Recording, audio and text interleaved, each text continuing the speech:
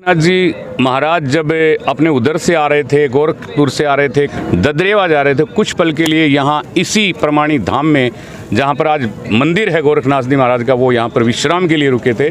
नमस्कार, देसी खबर झुंझुनू में आपका स्वागत है। इस वक्त पिलानी क्षेत्र के लीखवा गांव के परवानी धाम में हम मौजूद हैं और गोगा नवमी के अवसर पर यहां विशाल मेले का आयोजन किया गया था और जिसके बाद भामाशाहों के द्वारा यहां कबड्डी प्रतियोगिता और कुश्ती का प्रतियोगिता का आयोजन यहां किया गया था और तमाम भामाशाह हमारे साथ मौजूद हैं। श्री कृष्ण गौशाला लीखवा के अध्यक्ष कैलाश व्यास जी भी हमारे साथ हैं। सर, क्या कुछ प्रोग्राम इस मेले के दौरान रहा था, उसके बारे में? ये हमारे श्री गोरखनाथ परमाणी धाम में हर वर्ष यहाँ मेला और खेलकूद प्रतियोगिता मतलब कुश्ती और कबड्डी विशेष करके और सांस्कृतिक संध्या का और भंडारे का आयोजन हर साल किया जाता है। उसी कड़ी में कल कबड्डी प्रतियोगिता का आगाज़ किया गया था और उस आगाज़ करने के लिए हमारे भामाशाह जो कबड्डी और कुश्ती प्रतियोगिता करा रहे हैं, इसी गांव के भाई महेंद्र सिंह भांबू और सरवण सिंह जी भांबू यहाँ पधारे थे। उनके करकमलों द्वारा और हमारे पीठाधीश्वर रामदास जी महाराज के करकमलों द्वारा यहाँ पर कबड्डी प्रतियोगिता का उद्घाटन किया गया था।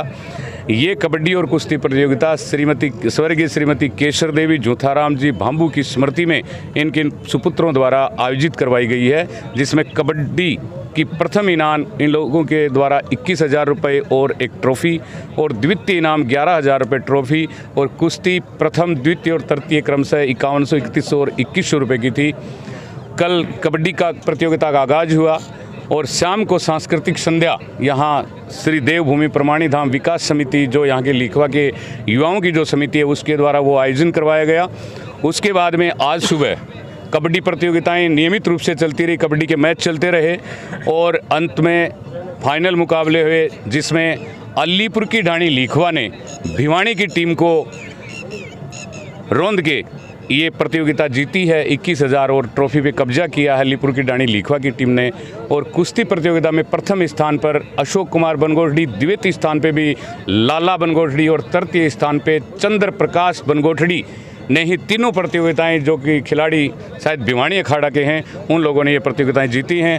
और हमारे यहाँ पर ये कार्यक्रम कराने के लिए मैं हमारे भामाशाह मेरे बड़े भाई महेंद्र सिंह जी और सरवण जी भांबू का बहुत बहुत आभार व्यक्त करता हूँ कि आपने एक नए आयाम स्थापित किए हैं और हमारे परंपरागत खेलों को आपने जो महत्व दिया है और बच्चों को मोटिवेट करने के लिए, खेल की भावना से जोड़ने के लिए आप जयपुर से 2 दिन की छुट्टी लेकर नियमित बच्चों के साथ आप उनको गाइड कर रहे हैं और आर्थिक सहयोग दे के प्रतियोगिता करा रहे हैं। हम सभी कमेटी के मेंबर्स और ग्रामवासी इन दोनों भामाशाहों का आभार व्यक्त करते हैं। सर, देखा जाए तो एक समय यहाँ बताया जाता है कि शिव गोरखनाथ जी यहाँ धूना लगाया था, उसके बाद में ग्रामवासियों की मदद से और भामाशाहों के सहयोग से इस मंदिर का विशाल निर्माण करवा दिया गया था।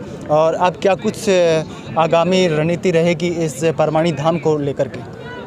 देखिए, हमारे किंवदंती के अनुसार बुजुर्गों से हम नियमित सुनते आ रहे हैं पीढ़ी दर पीढ़ी कि गुरु गोरखनाथ जी महाराज जब अपने उधर से आ रहे थे, गोरखपुर से आ रहे थे, कहीं से आ रहे थे, ददरेवा जा रहे थे, कुछ पल के लिए यहाँ इसी प्रमाणी धाम में जहाँ पर आज मंदिर है गोरखनाथ जी महाराज का, वो यहाँ पर विश्राम के लिए रुके थे।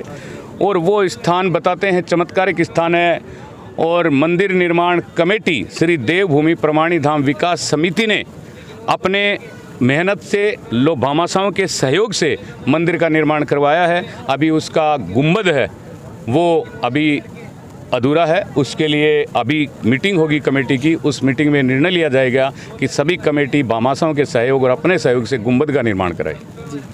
तो ये थे हमारे साथ कृष्ण गौशाला के लीखवा के अध्यक्ष कैलाश व्यास जी और तमाम गांव के जो लोग हैं हमारे साथ मौजूद हैं। और आज देवभूमि परमाणी जोड़ी में एक विशाल मेले का आयोजन किया गया था।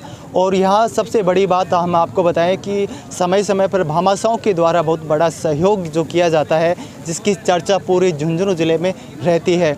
और इसी प्रकार से इस गौशाला का निर्माण भी लीखवा गांव में किया गया था। उसी कड़ी में भामाशाह जो हैं वो बढ़ चढ़ करके भाग लेते हैं। इन भामाशाहों के द्वारा किए गए कार्य के बारे में आपके जो भी सुझाव हैं कमेंट बॉक्स में हमें कमेंट करके ज़रूर बताएं। मिलते हैं अगले अपडेट के साथ। जय झुंझुनू, जय जय रास्ता।